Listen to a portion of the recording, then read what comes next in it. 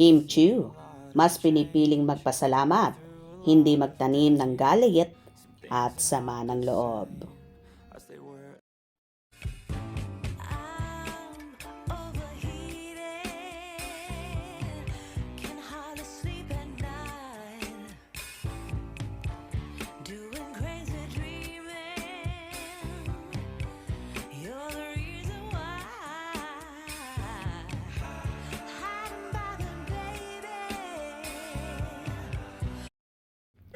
Aminado si Kim Chiu na sa lahat ng nangyayari sa buhay niya, may mga pagkakataong parang mabigat ang pakiramdam niya. May mga pagkakataong nagtatanong daw siya at may mga pagkakataong kailangan daw niyang maging matatag kahit mahirap. Pero pinili raw niyang magpasalamat. Anya sa vlog ng opening ng kanyang pop-up store sa Cebu. At sa kabila raw ng bagyo, pinalibutan siya ng Diyos ng mga taong nananatili sa tabi niya. Hinawakan ang kamay niya at ipinaalala na hindi niya kailangang mag-isa sa buhay. Sabi pa niya, tuloy pa rin daw ang buhay. Life doesn't stop because of pain, because of betrayal. Life moves forward, and in every battle, the Lord is teaching me something about faith, courage, and trust in His timing. Pahayag niya. And we're all growing life, still nobody knows, but I'ma choose what's right and take what comes and goes, and ain't no one in life holding me back no more. I've seen a lot of change, been through a lot of pain. Some things are not the same as they were a year ago, but all will be okay.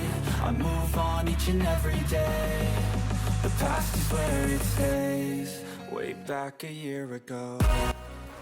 Nauna nang sinabi ng kampo ng kapatid niyang ididemanda na sila Kim Chiu na naghahanda na sila ng counter affidavit sa mga inihaing demanda ni Kim na qualified theft na ayon nga sa isang kilalang lawyer ay hindi pinapayagan ng korte na magdemandahan ang magkapatid.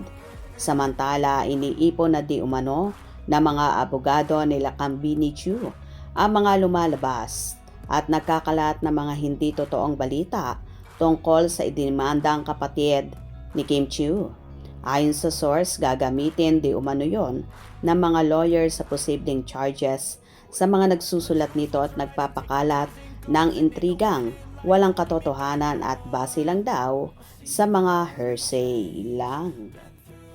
Well, talaga namang pinagpapala si Kimi na kahit may matinding pinagdaraanan sa pagitan nilang magkapatid na si Ate Lakam, ay panay naman ang ulan ng biyaya at sunod-sunod talaga ang mga natatanggap na ni-endorso ni Kimi. Kaya nga, natutuwa ang mga fans at sinusuportahan nila ng todo ang business ni Kimi para daw mabilis mabalik ang nawaldas at nawalang pera ng kanyang Ate Lakam. Good job mga kakimpaw at maraming salamat sa full support na ibinibigay nyo kay Kimi at ganun din sa negosyo ng actress. Hope you enjoyed. Please subscribe for more info.